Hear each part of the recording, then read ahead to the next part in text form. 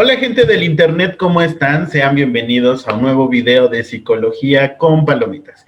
Y el día de hoy, como en el video anterior, también nos acompaña una gran amiga mía, la conozco desde hace varios años, hashtag porque COVID, estamos a la distancia.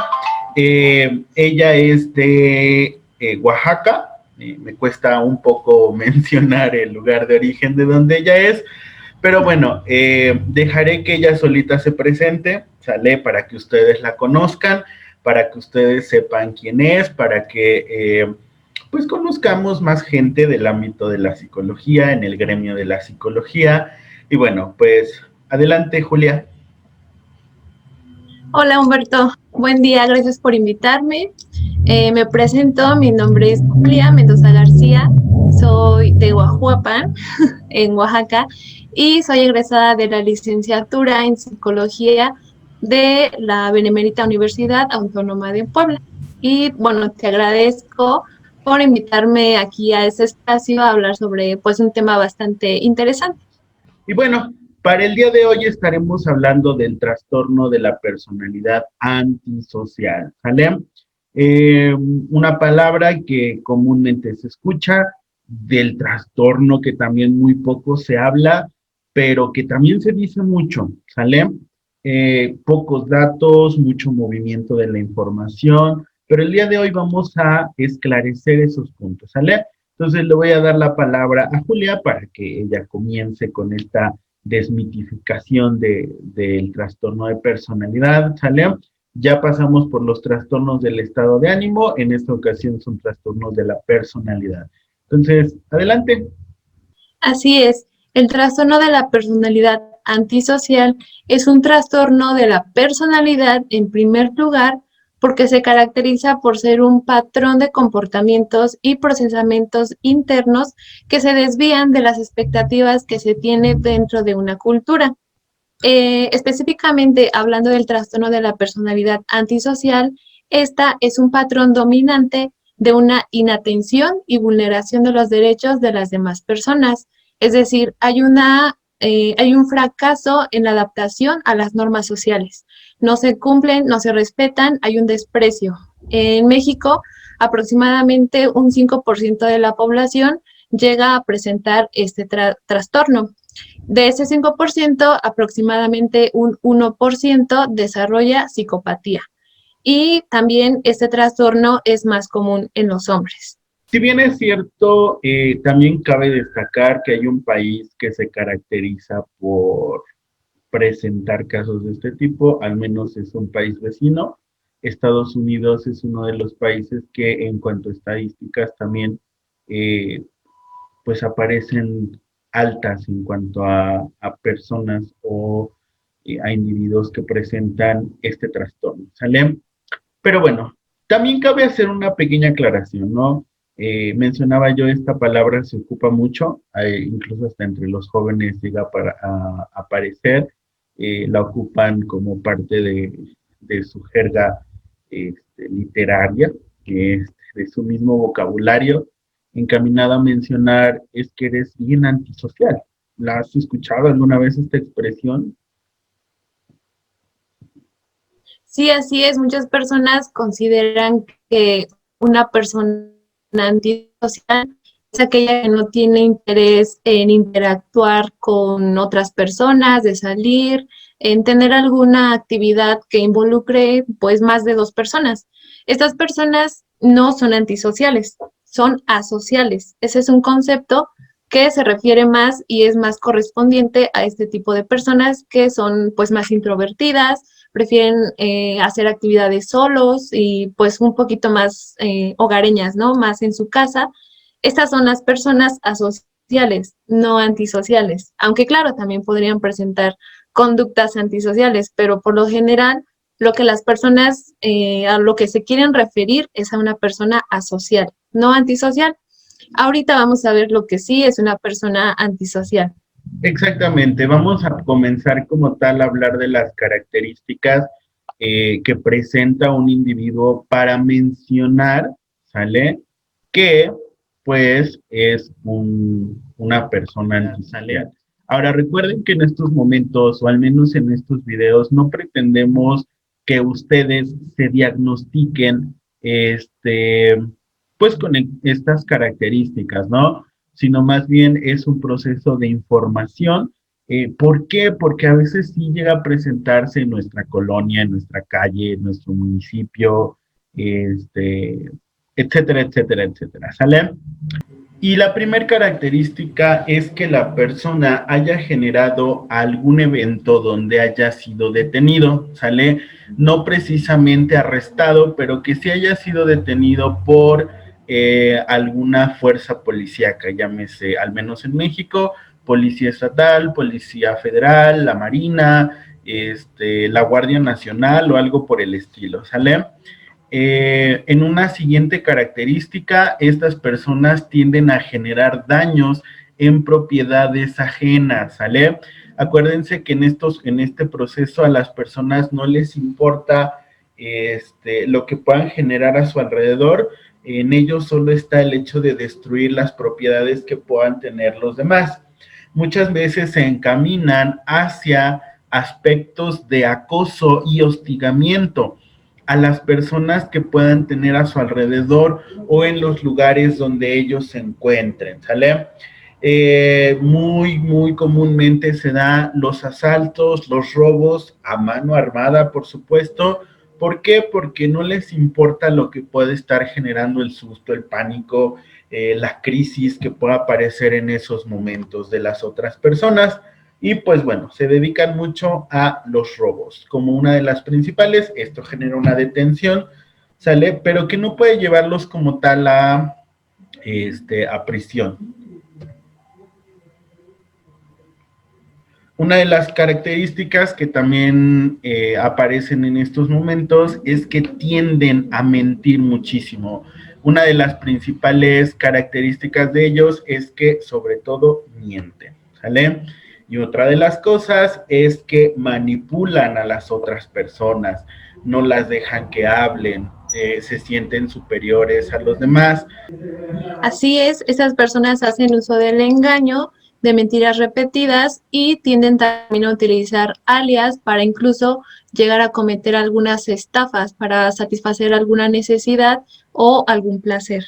Ellos frecuentemente hacen uso de esta herramienta para llegar a, pues, a conseguir lo que desean. Entonces, pueden incluso llegar a fingir interés en otras personas, pero frecuentemente o casi siempre va a ser por motivo de lo que ellos desean obtener. Estas personas presentan también poca tolerancia a la frustración, lo cual hace que si en algún momento ellos no logran obtener pues, lo que desean, pueden irritarse fácilmente, lo cual puede hacer que estas personas tiendan incluso a meterse en conflictos o a volverse pues agresivos también. Una de las principales características y ellos tienden a reflexionar muy poco las cosas, es decir, no se dan el tiempo para hacer esas observaciones. Muchas veces son personas que tienden a cambiar muy rápido de residencia, de trabajo, porque no notan las consecuencias que puedan venir más adelante. Muchas veces se involucran en peleas, en conflictos que pueden aparecer en una calle sin que, ojo, sin que pueda existir la defensa personal. Es decir, si una persona se pelea, ¿por qué? Porque se está defendiendo, no quiere decir que tenga el trastorno, ¿sale? Y obviamente las cosas que están a su alrededor le irritan de una forma, pues, inmediata. ¿Pueden generar procesos violentos? Por supuesto que sí. De violencia física principalmente, violencia verbal en el sentido de hacer sentir menos a la otra persona por medio de gritos o esta misma violencia psicológica. Y encaminado hacia dónde, bueno, pues podríamos mencionarlos, ¿no? Personas que maltratan a su familia, esposa e hijos. Las personas que presentan este trastorno de personalidad antisocial sus conductas suelen ser perdurables e inflexibles, es decir, estas personas no se van a detener a dudar o a corregir ciertas actitudes, aunque se trate de un familiar, de un niño, de una abuelita. Para ellos es lo mismo dañar o agredir o transgredir los límites de cualquier persona. Ellos no van a tener un arrepentimiento y siempre van a intentar racionalizar o buscarle alguna justificación a sus actos. Ok, también son personas que tienden a meterse en situaciones extremadamente conflictivas o que puedan generar daños de tipo sexual, ¿sale? Porque no se cuidan, porque no usan algún anticonceptivo, al menos es muy poco común el uso del condón en ellos y tienden a buscar placer, al menos de tipo sexual, muy constantemente. También encaminados hacia el abuso de las drogas y cualquier tipo de sustancia que pueda afectar todo su sistema nervioso, ¿sale? Y que por consiguiente pues genere más conflictos para la sociedad. Esas personas presentan una irresponsabilidad constante. Les cuesta adoptar las reglas que se establecen dentro de alguna institución y en el caso de conseguir algún trabajo, pues obviamente no van a seguir las reglas, lo cual va a hacer que estas personas tengan un deterioro en su economía y busquen otras opciones que realmente no sean éticas o no se incluyan dentro de la ley para beneficiarse y poder conseguir un poco o algo de dinero. Exactamente, muchas veces se vuelven muy irresponsables, incluso en la familia tienden a no hacerse cargo de la alimentación, de la protección, de nada que necesite la familia. Muchas veces también por esta misma situación tienden a endrogarse con muchas instituciones, se vuelven personas extremadamente morosas, precisamente en esta misma característica, pues no les importa lo que esté sucediendo, ¿sale? Así es, estas personas al presentar una deficiencia en una planeación de sus actividades, actúan por impulso, es decir, no piensan en las consecuencias, no les importan, no sé si van a recibir algún castigo o si la acción que van a cometer va a tener alguna consecuencia tanto para ellos como para otras personas. Ok, toda la vida y todo el tiempo personas que presentan este trastorno van a justificar sus actos utilizando frases como estas: la vida es dura, los perdedores se lo merecen, se lo merecía de todos modos. Es decir, van a cometer un acto, pero no se van a hacer responsables. Incluso pueden culpar a las mismas víctimas por lo que ellos estén generando, por las lesiones que ellos mismos estén haciendo para los demás. Ojo, una característica muy importante de estas de las personas que padecen este trastorno es que también generan daño al medio ambiente, a la naturaleza, a los animales, como una de las características que mencionábamos hace un momento, pues no les importa como tal el hecho de generar una agresión a los demás. ¿Quieres agregar algo más en estos momentos? Es importante tener en cuenta que no porque una persona presente alguna de las características que acabamos de describir, automáticamente va a tener o va a presentar este trastorno de la personalidad antisocial. Estas características sí son conductas antisociales, pero el presentar una o dos no corresponde ya automáticamente al trastorno de personalidad antisocial. Para diagnosticarlo es necesario de llevar a cabo una evaluación completa. Si bien es cierto, también para ser considerado trastorno debe de existir daños a nivel cultural, familiar, social, laboral, escolar. ¿Sale? No nada más porque sí, sale o porque presente una o dos características, sino que tiene que tener más daños en todas las esferas de la vida. Ahora, es algo que podemos observar, no somos los únicos, sino que también echamos de mano de los psiquiatras, de médicos psiquiatras. Ellos se encargarían como tal de observar si ya existen lesiones a nivel biológico. Y entonces ellos son los que se encargarían de como tal emitir un tratamiento. Nosotros como psicólogos no tenemos la facultad de medicar a alguna persona con un padecimiento de este tipo. Si bien es cierto, como lo mencionaba Julia, de ahí en fuera de no tomarse como trastorno, es una conducta antisocial, ¿sale? Pero bueno, en estos momentos Julia nos va a hablar acerca de, no como tal un tratamiento, acuérdense que en estos momentos no estamos dando tratamientos, pero sí estamos eh, mostrando alguna técnica, alguna actividad que pudieran hacer ustedes, ¿sale? Adelante. Gracias, Humberto. Es raro que estas personas acudan a psicoterapia por cuenta propia. Por lo regular acuden obligadas o forzadas o en otras ocasiones incluso porque se los demanda la ley, ya que pueden verse envueltas en algún conflicto, algún delito y se les demande que acudan a algún tratamiento de psicoterapia. Lo que se hace en psicoterapia con estas personas que presentan ese trastorno de personalidad antisocial es trabajar principalmente en entrenamiento en habilidades sociales, también en regulación de la conducta, en control de impulsos, en regulación emocional. Lo que se trabaja con ellos principalmente es hacer que sean un poco más funcionales, que se adapten un poquito más o un poquito mejor a las normas que se establecen en cualquier ámbito en el que ellos se vayan a desenvolver. Entonces, una de las técnicas que se utilizan en el tratamiento con estas personas es correspondiente a un enfoque que conocemos en psicoterapia como cognitivo-conductual. Esta técnica es una reestructuración.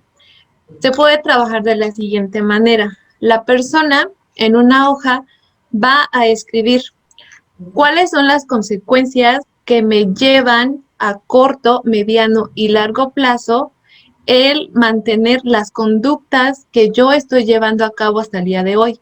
Con estas conductas me refiero a todas ellas que en algún momento se pueden considerar antisociales y se va a dar cuenta de que son antisociales o no están como tal, no son aceptadas por la sociedad porque seguramente durante ya gran parte de su vida muchas personas le pudieron haber dicho, no, es que tú eres una persona muy mentirosa, es que tú no respetas nada, es que tú no te haces cargo de esto, del otro. Bueno, todas esas acciones la persona las va a escribir y va a poner cuáles son las consecuencias de continuar manteniendo eh, esas acciones, corto, largo y mediano plazo. Las consecuencias las va a dividir en positivas y negativas. Y posteriormente va a escribir cuáles son las consecuencias de modificar esas acciones. Igualmente le va a poner como a corto, mediano y largo plazo.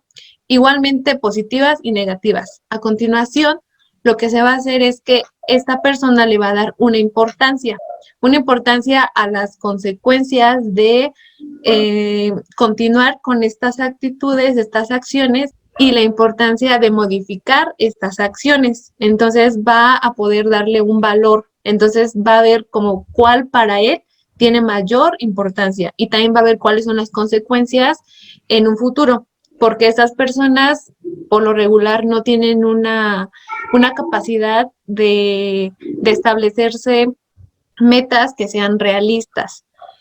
Posteriormente, esta persona va a escribir qué sería lo peor que podría pasar si modifica sus acciones. Aquí la persona va a darse cuenta que puede tener alternativas para conseguir lo que desea o lo que necesita.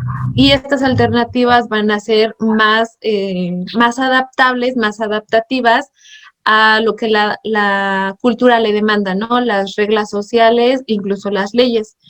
Aquí esta persona se va a dar cuenta que puede conseguir o puede obtener lo que necesita, lo que desea, de una manera un poquito más o un poquito o mejor adaptada a su entorno, a su cultura.